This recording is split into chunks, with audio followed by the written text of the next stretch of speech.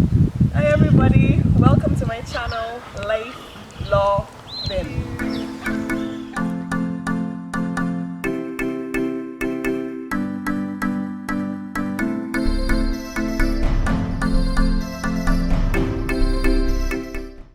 Hi everybody, welcome back to my channel, Life, Law, BIM. And today I have a friend of mine called Adrian, and he was one of the Chevening Scholars. Which year was it? 2019, 2020. 2019, 2020. So that was just last year. And I thought it would be a great opportunity to have him on the channel today to talk to us a little bit about the award. So Adrian, for those people who don't know anything about the Chevening Scholarship, can you tell them just a little bit about what it is about? Hi, everyone. Thanks, Nia, for having me. Thanks to your viewer for tuning in. All right, so as mentioned, my name is Adrian Wellington, a 2019-2020 Chevening Scholar from Jamaica. Now, the Chevening Scholarship is a beautiful scholarship. It's one of the best, not because I am a scholar, but I think it's one of the best scholarship out there. And I say that because it brings together people from all over the world. I think there are over 100 countries that are involved in the Chevening network. So in order to view your eligibility, Chevening posts a monthly blog that you can follow to see what the requirements are and if your country is eligible, so you know if you can apply. No, it's very competitive. I believe that it's just about 2% of scholars that, or persons that apply to the Chevening Scholarship get through. So it's a little, it's a little hard to get in. And that's because it is a really good scholarship. There's a lot of benefits. There are over 50,000 networks. So these are people who have made it. They're future leaders. Well, they are leaders. So you have prime ministers, presidents, you have persons in different government agencies, you have persons in big corporations, and these are the persons, who would have benefited from a Chevening scholarship. So you asked about the process. Yes, could you also tell us, because it's interesting that you said only 2% of the basically the cohort that applies are actually successful. So could you actually tell us a bit about what you did to work towards a successful application?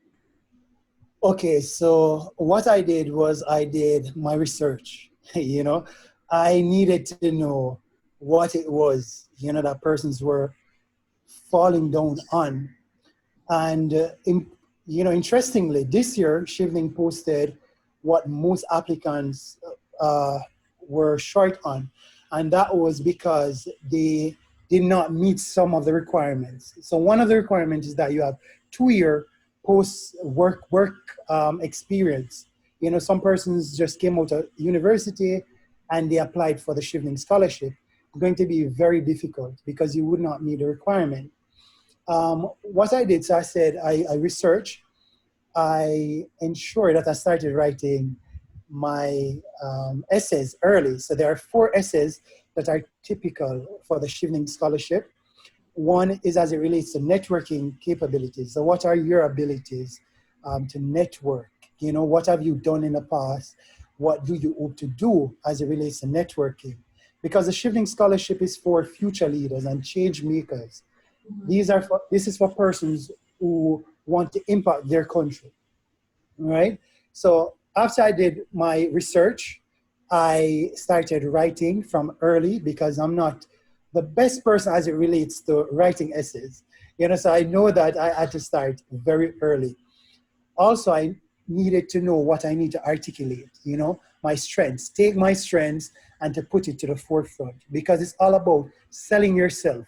Why should I be chosen out of all of these persons that have applied for the scholarship? So I connected with other scholars and asked for assistance, asked for guidance, and everybody directed me back to the Chevening website because all the answers are there. So it's very important that you write a good essay. Also, show that you are passionate about making a difference to your country because that's what the scholarship is about. So you need to infuse yourself and showcase, your abilities. So I think those are key requirements for the initial stage because then you have interviews and so forth, which is also very difficult. Before you go on to the interview stage, how long would you say, like in terms of the length, words, the word count for the essays, how long are the essays? Because I noticed you said 4. Yes. So they're typically 500 words essays. Okay. And I think the 10% plus or minus 10% still applies. Mm-hmm. So, it can be just on the 500 or it can be a little above. I think they want you to stay within the 500. I did not, exceed 500 words for each of my essay, but that essay has to be a very not detailed in a sense, but you have to put your personality into that essay, right? So they need to see you, and it's also important that your structure is right. Writing for the UK persons in the UK are the ones that review these essays in most instances. So what I realized that they like is for you to basically give an introduction, speak a little bit about what you're going to say in even though it's 500 words, and basically have a conclusion per se for each essay. Okay. Yes, so they like that structure. I realize. I guess it's more of a British kind of writing.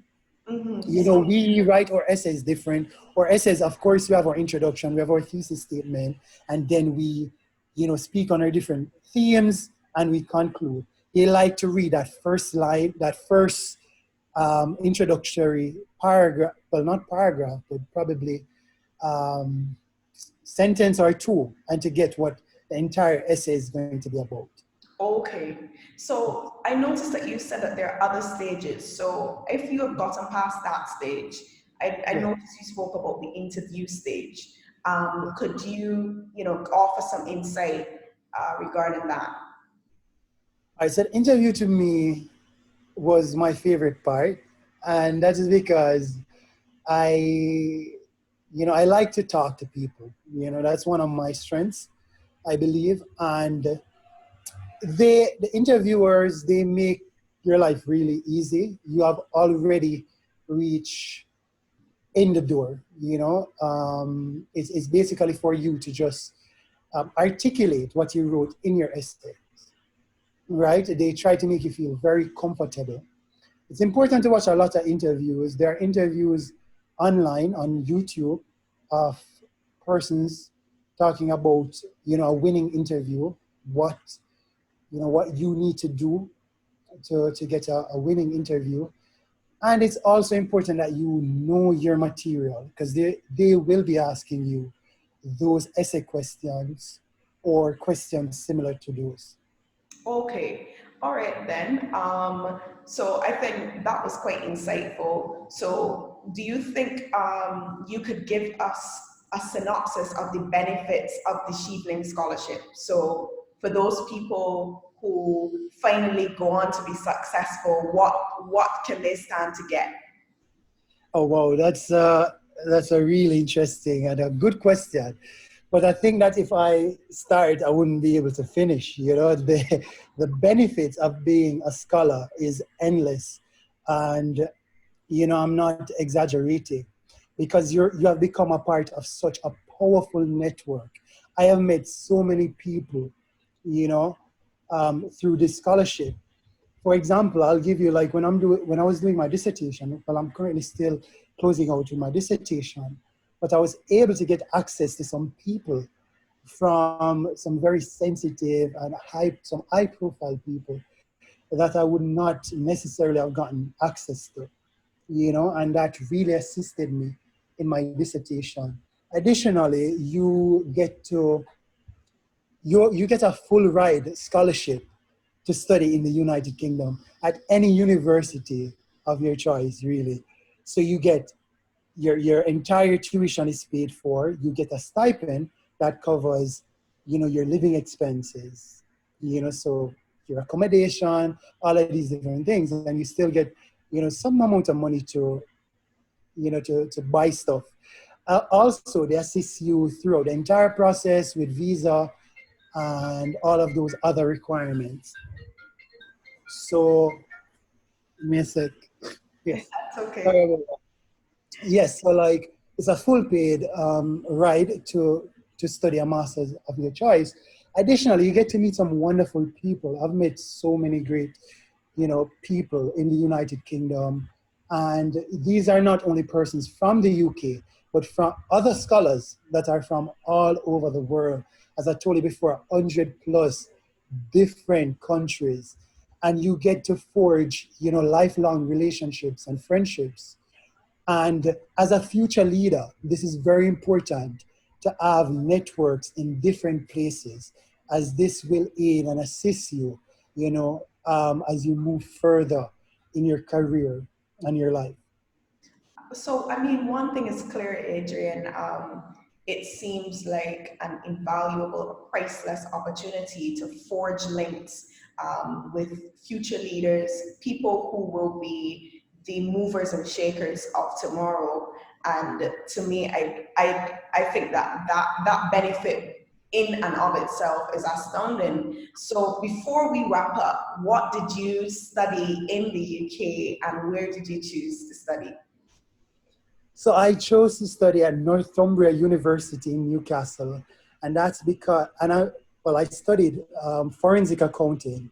And Northumbria, based on my research, they offer the best program in forensic accounting. They had a practical aspect. I had forensic accountants that came in from Scotland and from other places that, they showcase, practical, we gain practical experience. And that to me was beyond you know, any other experience I could have gotten. So, and my lecturer wrote a few books. So, that was very interesting. So, yeah, I thoroughly enjoyed my experience and my time in Newcastle. That's great. And I know that you've given us tips right throughout the video, but just for, I guess, a summary purpose, maybe what would be your 3 or 4 top tips for students who are looking to apply in the future? Okay. So my top tips would probably be to do your research, research. And when you think that you have garnered everything, research some more. Very important. Secondly, if you're not very strong at writing essays, then start your essays early and have 3, 4, 5 persons look over it. Also, Chevening offers different Facebook groups for persons, for applicants. Speak to these people. Most persons have applied more than once for this scholarship. So they have invaluable, experience that they could share with you. 3 would be to ensure that you look at other persons' essays. If you reach out to persons that that may have gotten the scholarship before, and ask them for some advice. Advice can never be too much. And if they're able to share with you tips, because not everybody will share their essays, those tips might assist you. And 4, understand what writing is required for this particular scholarship and talk about you. This is about you. This is the time for you to be selfish. you know Talk about you, what I did. Don't talk about my team and I. That is relevant at some point, but in that particular essay you need to showcase what you bring to the table Mhm. as a scholar, right? And one final thing I'll say before I go also, Nia, is that this scholarship, what I am telling your viewers and you, this is just my experience, and it's not necessarily the what is required of Chevening. You know, I do not represent Chevening on that particular level. It's very important that I make that classification because there is something in the social media. That's just yourself. Sorry, you lost me just a bit. Yeah, I lost you just a bit. There's something in their social media policy that I should not, you know, if I speak about Chevening, it should just be about my experience and it does not necessarily, you know, speak to what Chevening requires. All right. You know what? We are just grateful to have you share your experience, and we do know that you are not speaking on behalf of Chevening, but you are Yes. just speaking about your experience, Adrian Wellington's experience, and for that we are so grateful to have you on today. And we just want to tell you thank you very much. I'd like to express, sincere gratitude for coming and offering insight on such an invaluable opportunity that I know many students would, seek to obtain. So thanks a lot, everybody. Thank you very much for tuning in again. It's been a pleasure to have you. Don't forget to like, share, comment, and subscribe, and we'll see you on the next video.